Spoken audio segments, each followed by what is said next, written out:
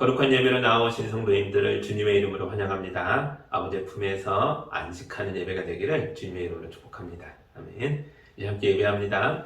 하나님께 예배하는 사람은 영과 진리로 예배해야 합니다. 아멘.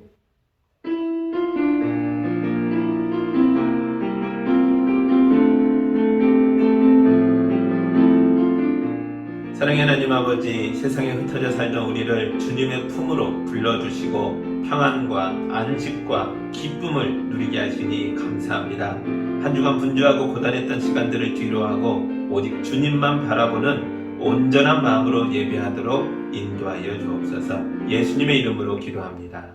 아멘. 우리 한 주간의 삶을 되돌아보며 우리의 부족했던 것들, 잘못된 것들, 하나님께서 용서하셔야 할 것들을 이 시간 다 고백하는 기도를 드립니다. 주께서 들으시고 우리의 죄를 사하여 주실 줄 믿습니다. 함께 기도합니다.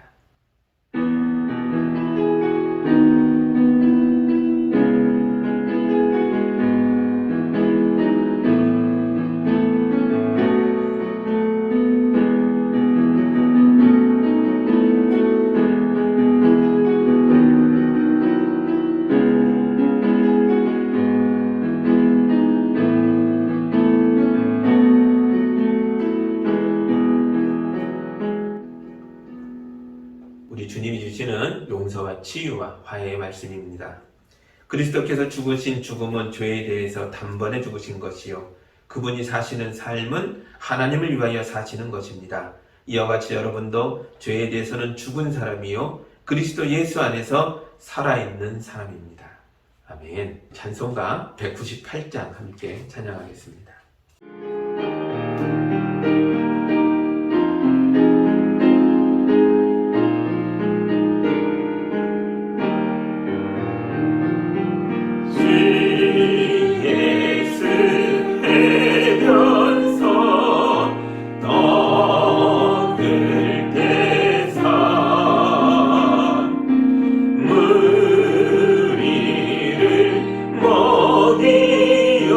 주시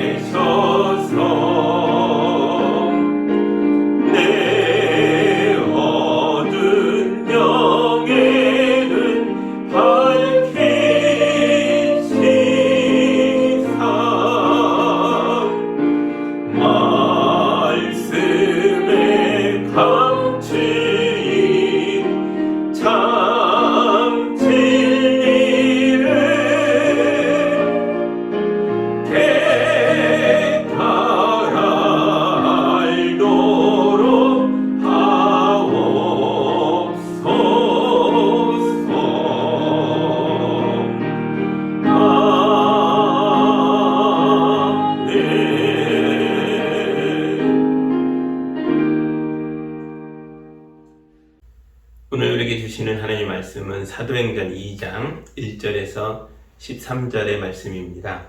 제가 봉독할 때 함께 보시기 바랍니다. 오순절이 되어서 그들은 모두 한 곳에 모여 있었다. 그때 갑자기 하늘에서 세찬 바람이 부는 듯한 소리가 나더니 그들이 앉아있는 온 집안을 가득 채웠다. 그리고 불길이 솟아오를 때 혓바닥처럼 갈라지는 것 같은 혀들이 그들에게 나타나더니 각 사람 위에 내려앉았다. 그들은 모두 성령으로 충만하게 되어서 성령이 시키시는 대로 각각 방언으로 말하기 시작하였다. 예루살렘에는 경건한 유대 사람이 세계 각국에서 와서 살고 있었다. 그런데 이런 말소리가 나니 많은 사람이 모여와서 각각 자기네 지방말로 제자들이 말하는 것을 듣고서 어리둥절하였다. 그들은 놀라 신기하게 여기면서 말하였다. 보시오, 말하고 있는 이 사람들은 모두 갈릴리 사람이 아니요. 그런데 우리 모두가 저마다 태어난 지방의 말로 듣고 있으니 어찌된 일이요. 우리는 바댓 사람과 메대 사람과 엘람 사람이고 메소포타미아와 유대와 갑바도기아와 본도와 아시아와 브르길라와 밤빌리아와 이집트와 구레네 근처 리비아의 여러 지역에 사는 사람이고 또 나그네로 머물고 있는 로마 사람과 유대 사람과 유대교에 개종한 사람과 크레타 사람과 아라비아 사람인데 우리는 저들이 하나님의 큰 일을 방언으로 말하는 것을 듣고 있어. 사람들은 모두 놀라 어쩔 줄 몰라서 이게 도대체 어찌된 일이요 하면서 서로 말하였다. 그런데 더러는 조롱하면서 그들이 세술에 취하였다 하고 말하는 사람도 있었다. 아멘. 제가 기도합니다. 하나님 감사합니다. 성령 강림 주일을 맞아 오순절 다락방에 성령이 역사 가운데 처음으로 임했던 장면들을 읽었습니다. 이 말씀을 읽을 때 우리 마음도 뜨거워지게 하여 주시고 이 말씀을 나눌 때 우리도 성령으로 충만해지는 시간 되도록 인도하여 주옵소서. 예수님의 이름으로 기도합니다. 아멘. 가정마다 기념일이 있을 겁니다. 생일이 보통 그렇죠. 자녀가 어릴 때에는 부모가 자녀의 생일을 축하해 줍니다. 이 땅에 생명이 태어난 날을 기억하고 기념하는 것입니다. 결혼기념일도 그렇습니다. 결혼기념일은 부모님이 우리 가정을 이룬 첫날이죠. 그래서 자녀들이 좀 장성하고 나면 부모님의 결혼기념일을 기억해서 축하해 주기도 합니다. 이날이 있어야 자기들도 있는 거니까요. 오늘 우리가 읽은 말씀인 사도행전 2장은 교회에 임하시는 성령님에 대한 최초의 기록입니다. 이 기록이 있었기 때문에 유대인의 절기였던 오순절을 성령 강림절로 바꿀 수 있었습니다. 성령 강림주일은 우리 그리스도인들의 정체성을 형성해 준 날입니다. 그래서 우리는 대대로 이 날을 기억하고 기념하고 있는 것입니다. 이 날이 가진 의미를 알려면 먼저 유대인들의 오순절이 무엇인가 하는 것부터 알아야 합니다. 그래서 먼저 유대인의 절기인 오순절에 대해서 이야기를 하게 보겠습니다. 사실 구약 성경에는 오순절이라는 말이 없습니다. 대신 7번째 안식일 다음날 이렇게 불렸습니다. 안식일이 7일마다 돌아오니까 7번째 안식일이라는 이 말에서 77절이라는 말이 나왔고요. 7주간의 다음 날이니까 이 77절에다가 하루 더한 49에다가 하루 더한 50일째 날 성경에는 이렇게 기록되어 있습니다. 그러면 기준이 있어야죠. 어느 날부터 7주간 지난 다음 날이냐, 그렇지 않겠습니까? 시작점이 있어야죠. 그 날이 바로 6월절이었습니다. 유대인의 역사에 있어서 6월절은 아주 중요합니다. 유대인의 조상들은 이집트의 노예들이었죠. 하나님께서 이 노예들을 구원하시고자 이집트를 10가지 재앙으로 심판하셨는데요. 마지막 10번째 재앙이 6월절과 관련이 있었습니다. 하나님께서 이집트 왕에게 이렇게 말씀하셨습니다. 이스라엘 백성은 나의 맏아들이다. 이집트가 내 맏아들을 노예로 삼아 풀어주지 않으니 내가 너에게 맏아들을 잃어버리는 고통이 무엇인지를 알게 하겠다. 이게 10번째 재앙이었습니다. 그리고 이집트 전역에 파멸의 천사를 보냈습니다. 이 천사가 이집트 사람들의 집에 들어가 그 집의 모든 맏아들을 죽게 합니다. 이때 이스라엘 사람들의 집에는 어린 양의 피가 발라져 있었습니다. 죽음의 천사는 피가 발라져 있는 집에는 들어가지 않았죠. 파멸이 우리 집을 넘어갔다, 유월했다. 그래서 6월절인 것입니다. 6월절이 지나 아침이 되자 이집트 사람들이 왕실로부터 모두의 집에 맏아들이 죽었다는 걸 알게 됩니다. 이런 엄청난 일이 있고 나서야 비로소 이집트 왕이 이스라엘 백성을 보내줍니다. 이 일은 이스라엘 민족의 정체성을 형성하는 데 아주 중요한 사건이었습니다. 우리는 노예가 아니다.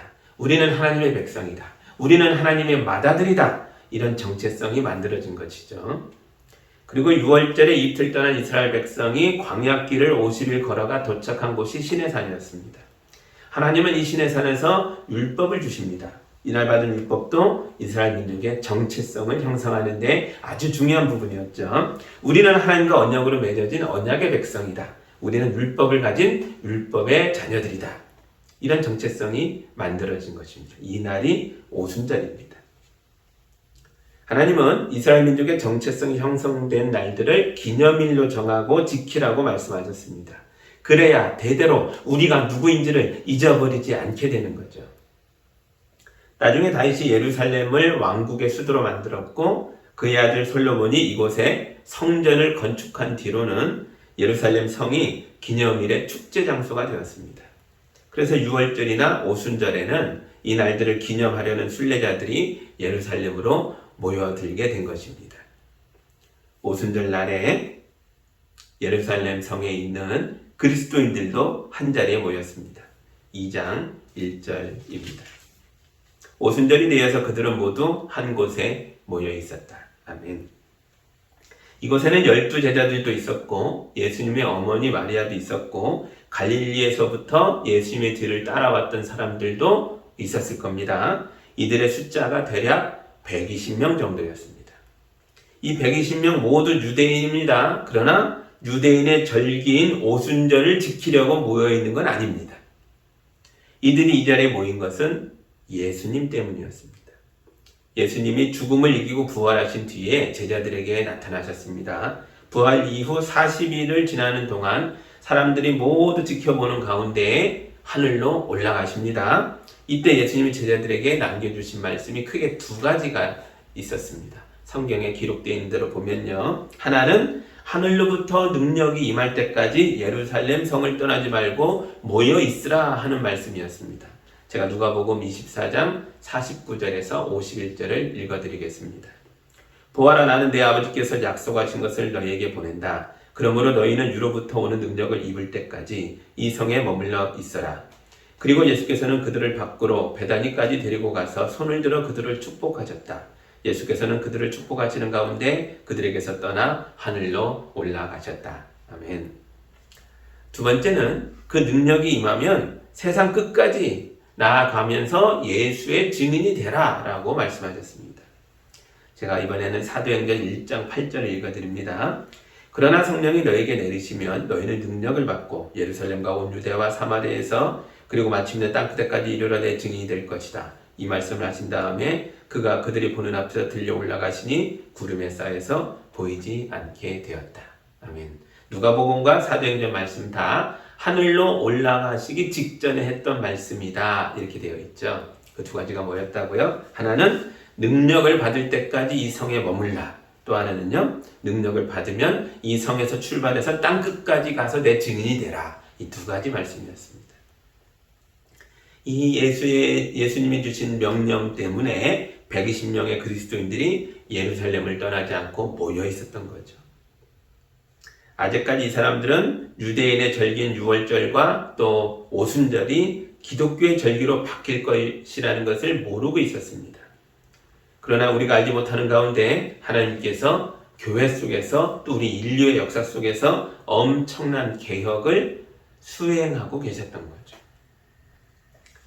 6월절이 어떻게 기독교의 부활절로 바뀌었을까요? 의미가 어떻게 달라진 걸까요?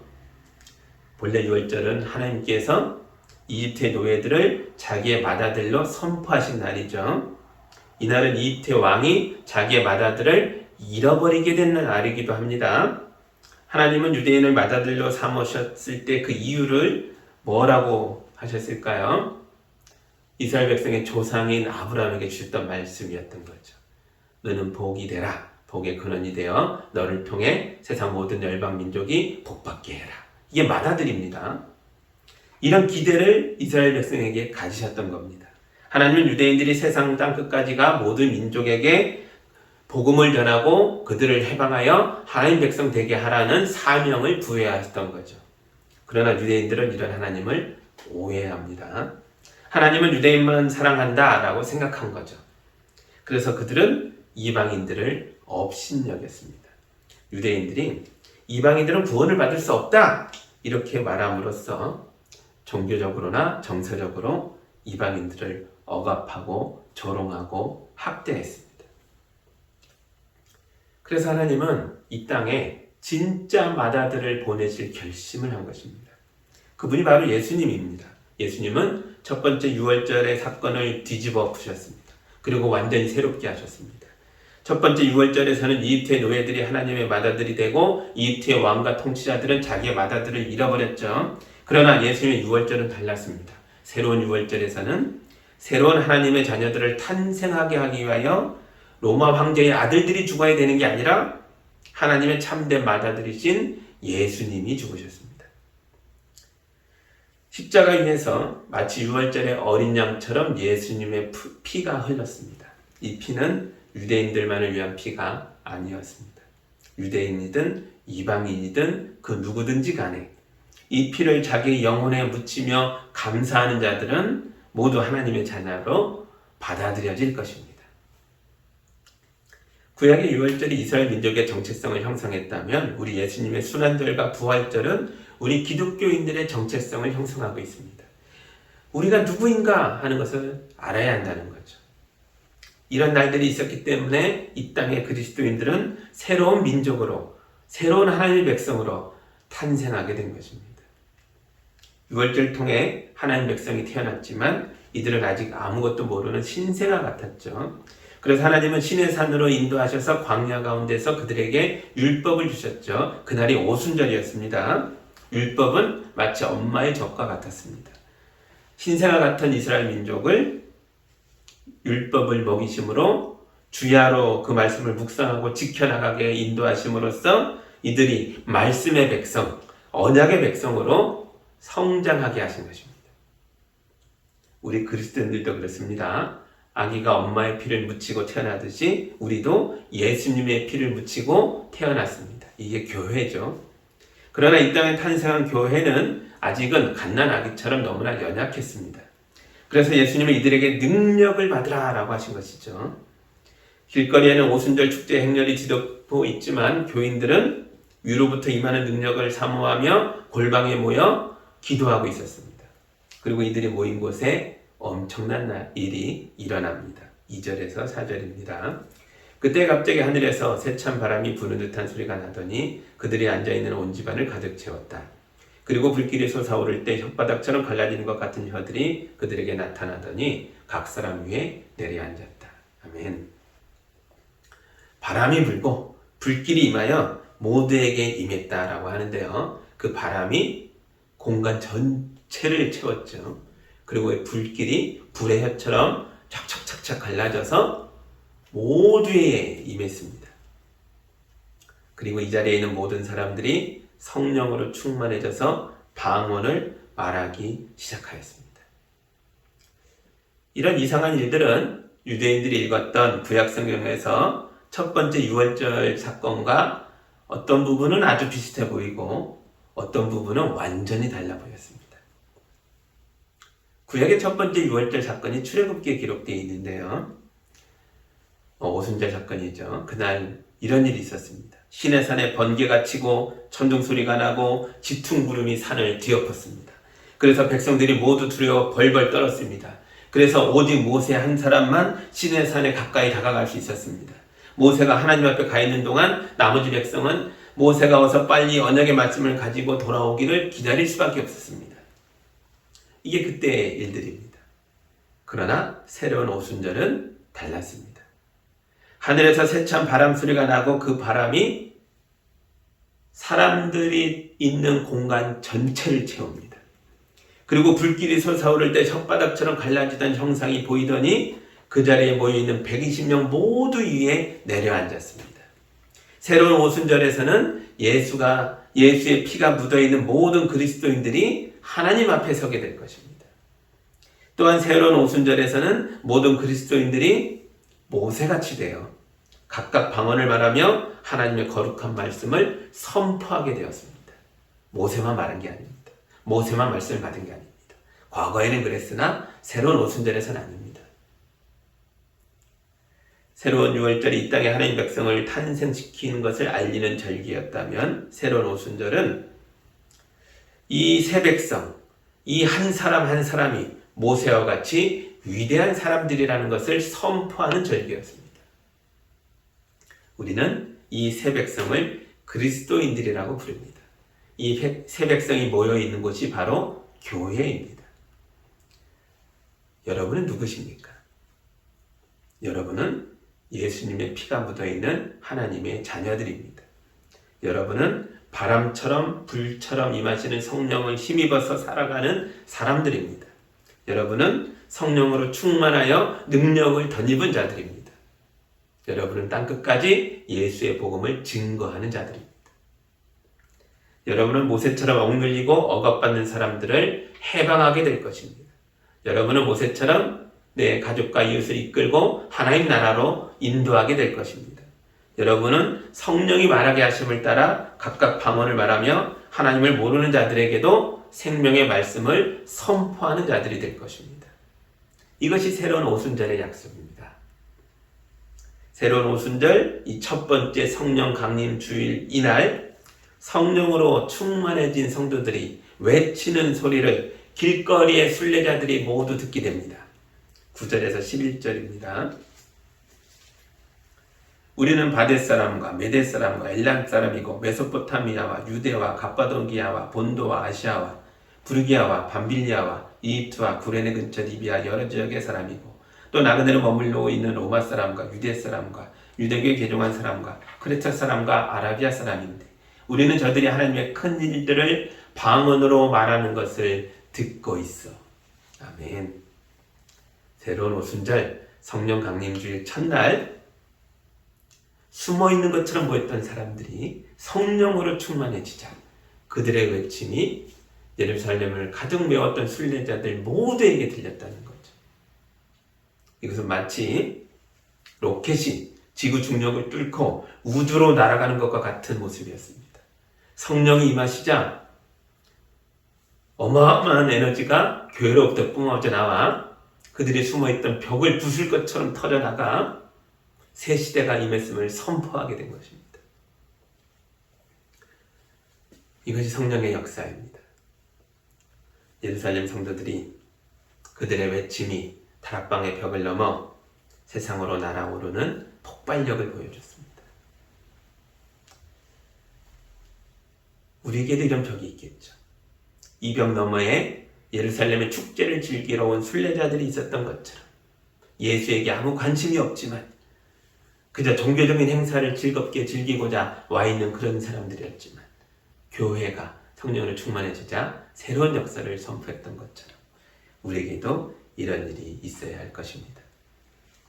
성령의 불꽃이 우리 안에서 폭발하면 우리가 비록 소수라 할지라도 우리도 이 벽을 뚫고 나가는 소리를 외칠 수 있습니다. 엄청난 에너지가 뿜어져 나가 예루살렘 성 전체를 뒤흔들었던 것처럼 우리의 외침이 우리 가정과 우리 이웃과 우리가 몸담고 살아가는 세상을 뒤흔들 수 있습니다.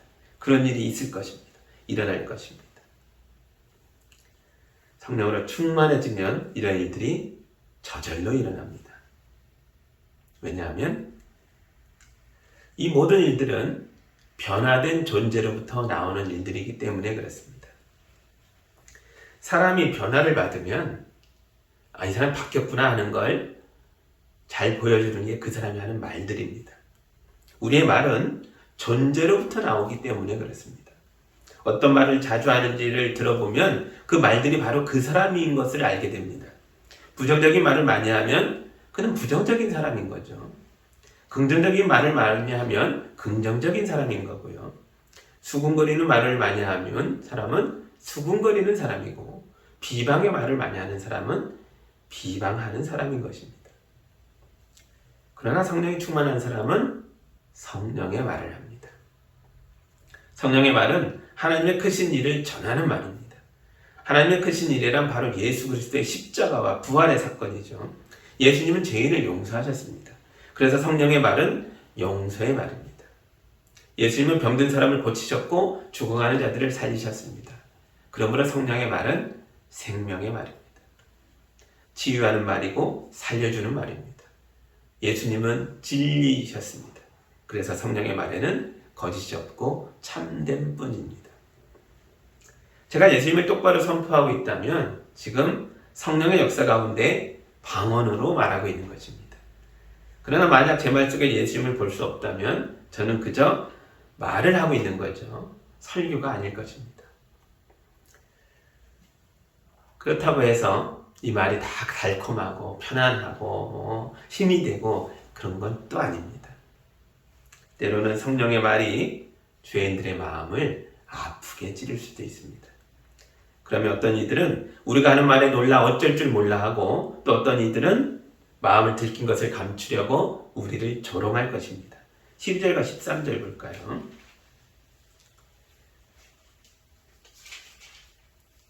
사람들은 모두 놀라 어쩔 줄 몰라서 이게 도대체 어찌된 일이오 하면서 서로 말하였다. 그런데 더러는 조롱하면서 그들이 세술에 취하였다 하고 말하는 사람도 있었다.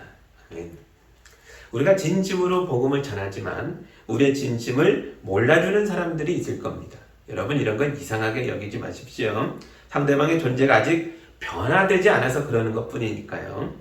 그러니까 조금 더 참아주시고 조금 더 불쌍히 여겨주십시오. 우리가 왜 참아야 합니까? 우리가 왜 그래야 합니까? 왜냐하면 우리에게는 그럴 수 있는 힘과 능력이 있기 때문입니다. 예전엔 못했을지 몰라도 이제는 할 수 있습니다. 성령께서 우리 안에서 우리를 도우시기 때문입니다. 우리를 새롭게 변화시켜 주셨기 때문입니다. 오늘 우리는 우리의 정체성을 확인했습니다. 성령 강림 주일은 우리를 확인하게 해주는 그런 기념일입니다. 이날 우리가 그리스도인님을 다시 되새겨보면서 우리가 그동안 했던 말들도 되새겨보시기 바랍니다. 다시 한번 성령으로 충만해지기 위해서 우리가 기도해야 합니다. 우리의 말들이 온전치 않았다면 이제라도 조금 더 달라진 모습으로 조금 더 그리스도인다운 모습으로 변화된 존재로서 새로운 말들을 해야 하지 않겠습니까? 우리 말이 달라져야 합니다. 우리 말에 능력이 있어야 합니다. 우리가 하는 말들이 사람을 살리는 말들이 되어야 합니다. 우리의 말들이 위로하고 치유하고 해방하고 자유를 선포하는 말들이 되어야 합니다. 우리가 하는 말들을 듣고 어떤 이는 놀라고 어떤 이는 화를 내고 어떤 이는 조롱할 수도 있겠죠. 여러분 이런 일들이 있으면 우리가 그리스도인으로 인정받았음을 깨닫고 크게 기뻐하시기 바랍니다. 하늘에서 여러분의 상이 클 것입니다. 여러분 모두 성령으로 충만해서 벽을 뚫고 나아가 가정과 세상을 변화시키는 그리고 우리 이웃을 구원하는 자들로 살아가는 능력의 성도들이 다 되시기를 주님의 이름으로 축복합니다. 기도하겠습니다. 하나님 감사합니다. 오순절, 새로운 오순절, 성령 강림 주일을 맞아 이 말씀을 읽었습니다. 주님, 이 말씀이 우리 가운데 실현되길 원합니다. 이 시간 주님의 능력을 덧입기를 간절히 사모하는 성도들에게 바람처럼 불처럼 임하셔서 우리의 존재를 변화시켜 주옵소서. 우리의 입술의 말들이 달라지게 하여 주옵소서. 주님을 선포하며 사랑을 선포하며 용서를 행하며 하나님의 능력을 보여주는 자들로 생명 살리는 자들로 살아가도록 우리를 거룩하게 사용하여 주옵소서. 예수님의 이름으로 기도하옵나이다. 아멘.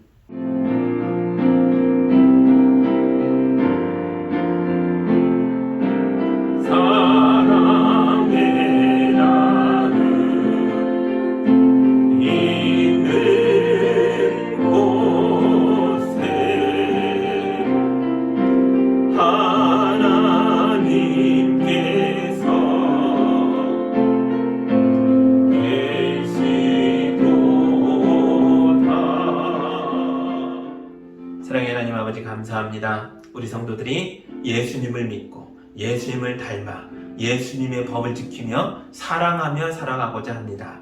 이 땅에서 어떤 어려움을 만나든지 간에 믿음으로 돌파하게 해주시고 우리 성도들의 믿음의 고백을 통해 우리 성도들만이 아니라 성도들의 가족과 이웃도 구원받게 하여 주옵소서. 귀한 예물을 주님께 올려드렸습니다.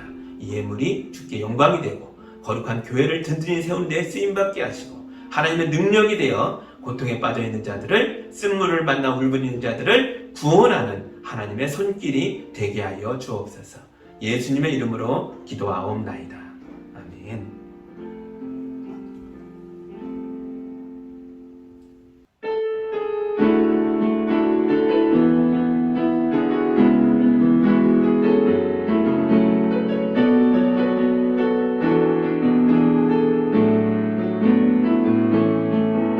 날이 저물어 갈 때 빈들에서 걸을 때 그때가 하나님의 내 힘으로 안 될 때 빈손으로 걸을 때 내가 고백해 여호와 이래 주가 일하시네 주가 일하시네 주께 아끼지 않는 자에게 주가 일하시네 주가 일하시네 신뢰하며 걷는 자에게 우리 모인 이곳에 주님 함께 계시네 누리네 아버지 은혜 전부 떡과 물고기 내 모든 걸 드릴 때 모두 고백해 여호와 주가 일하시네 주가 일하시네 주께 아끼지 않는 자에게 주가 일하시네 주가 일하시네 신뢰하며 걷는 자에게 주가 일하시네 주가 일하시네 주께 아끼지 않는 자에게 주가 일하시네 주가 일하시네 신뢰하며 걷는 자에게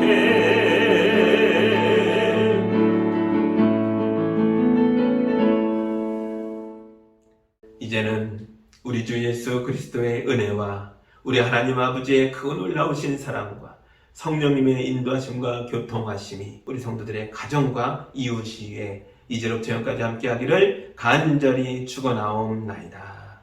아멘.